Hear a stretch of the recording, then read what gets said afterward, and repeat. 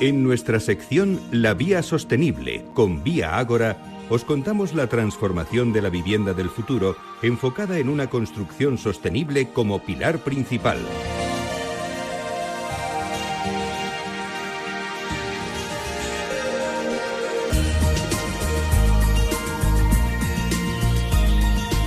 Bueno, pues ahora en nuestro espacio de la Vía Sostenible vamos a hablar de los retos del compliance.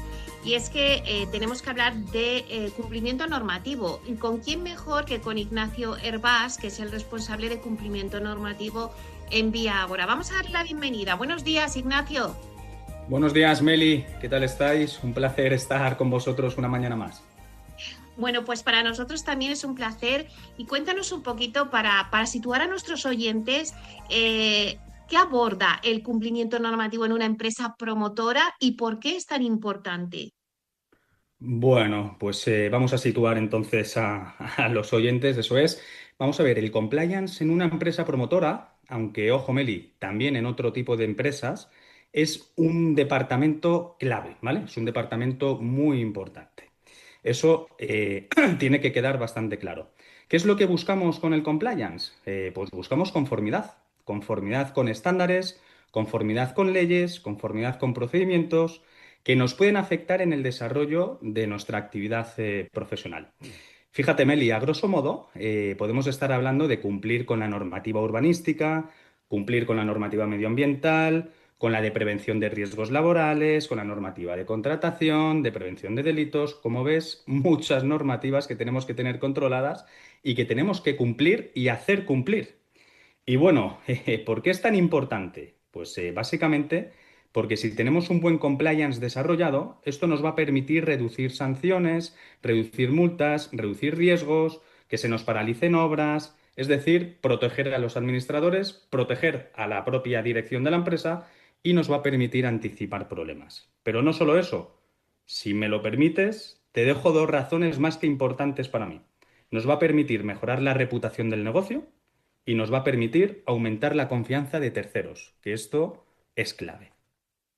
Bueno, y si te pregunto, Nacho, ¿cuáles son los principales retos a los que se enfrenta este 2026 el sector? Bueno, pues el 2026 nos va a tener más que entretenidos, ya te lo voy anticipando. Ya hemos visto, Meli, que la regulación no para, ¿vale? Esto es como una máquina de hacer billetes, pum, pum, pum, constante. No para la regulación desde Europa, no para la regulación a nivel nacional. Y todo esto afecta a las líneas de negocio y también va a afectar al compliance.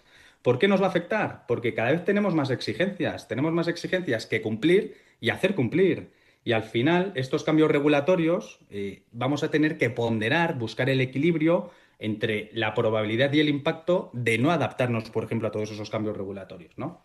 Y dicho esto, yo desde mi visión como compliance officer veo tres grandes retos, ¿eh?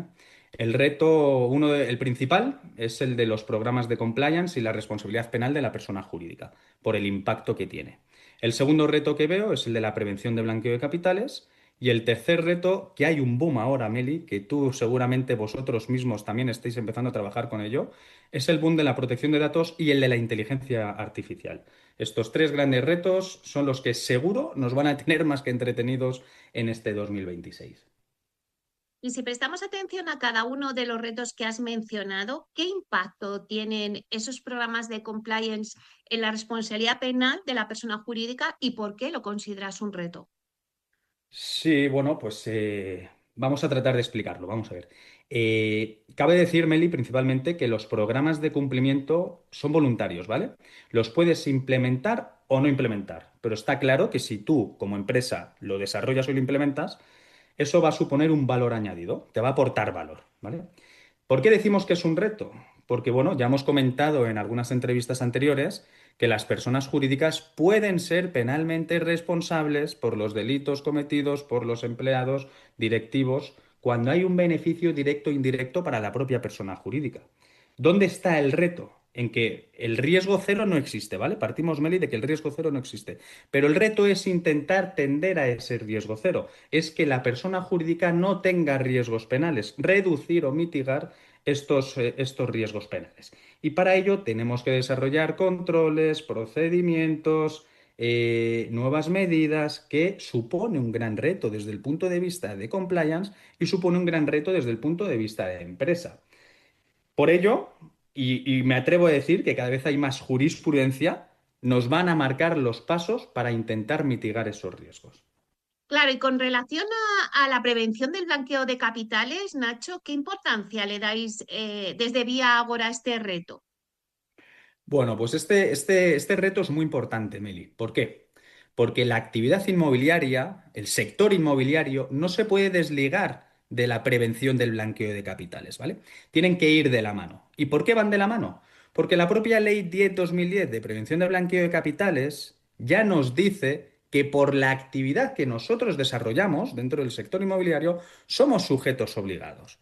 Al ser sujetos obligados, tenemos que cumplir con una serie de normativa, tenemos que cumplir con una serie de exigencias que al final vamos a repercutir en terceros. Me explico.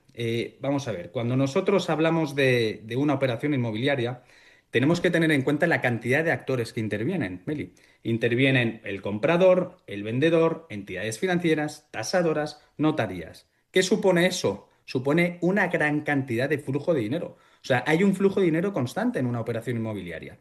¿Dónde están las obligaciones y el reto que nosotros tenemos?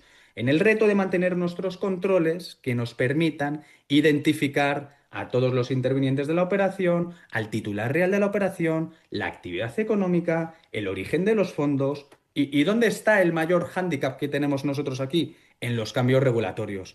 Cada vez hay más cambios regulatorios que van a hacer que nuestros procedimientos y nuestros controles cambien. Y te hablo de un segundo reto relacionado con el blanqueo de capitales. Y es que los malos cada vez son más malos y cada vez tienen más herramientas para poder blanquear. Y nosotros tenemos que anticiparnos a esas herramientas y a esas nuevas formas de blanqueo que tienen estas personas. Y Nacho, antes cuando hablábamos de los retos, has mencionado la inteligencia artificial y la protección de datos. ¿Tenemos que prestar especial atención a estas nuevas tecnologías? Bueno, sí, sí, sí, sí, sí, por supuesto, Meli. Vamos a ver, cuando hablamos de la protección de datos y de la inteligencia artificial, estamos hablando de dos puntos muy importantes hoy en día. Pero, Meli, por favor, ya voy a hablar de dos puntos importantes desde el punto de vista empresarial y desde el punto de vista personal, es decir, para el desarrollo de cada uno en su día a día. La protección de datos es una línea roja, ¿vale? Es una línea roja que todas las empresas, todos los responsables del tratamiento, deben de tener en cuenta y vigilar. Y me voy a explicar de una forma muy resumida para que todos nuestros oyentes lo puedan entender. Vamos a ver, siempre que haya un tratamiento de datos de terceros, debe quedar muy claro quién va a tratar esos datos, para qué los va a tratar, durante cuánto tiempo y cómo puedo yo ejercer esos derechos el día de mañana sobre esos datos, ¿vale? Imagínate desde el punto de vista personal. Las personas cuando van al dentista y firman una cláusula de protección de datos, o cuando vas al taller a dejar tu coche, o cuando compras por internet. O cuando te descargas una aplicación, una red social nueva. Tú sabes la política de privacidad que aplica en esas condiciones, en esos lugares. ¿Sabes a dónde van tus datos? Pues por favor, hago un llamamiento. Empresas, por favor, informar del tratamiento de forma clara. Y también hago otro llamamiento. Usuarios, consumidores, por favor, informaros de para qué facilitáis vuestros datos y para qué me están pidiendo los datos y si me piden datos de más. Eso respecto a la protección de datos, que yo con esto nunca me voy a cansar de que hay que formar, formar, formar y sensibilizar. Pero respecto a la IA, ¿qué te voy a decir, Meli, respecto de la IA? La IA es una herramienta tan poderosa, ¡puf!, que hasta en nuestro propio sector es que nos está permitiendo automatizar tareas, analizar volúmenes de datos, analizar de una manera muy ágil modelos de negocio. Pero no todo es tan bonito. Al final, algo que parece perfecto tiene sus fallos y se puede enturbiar. Y en este caso, con la inteligencia artificial, también. ¿Y por qué? Porque hay unos riesgos que tenemos que tener en cuenta en el uso de la inteligencia artificial. Los riesgos de la seguridad y de la privacidad. Cuando se utilizan apps, cuando subimos documentación, puede que no estén securizadas, puede que tengan sesgos.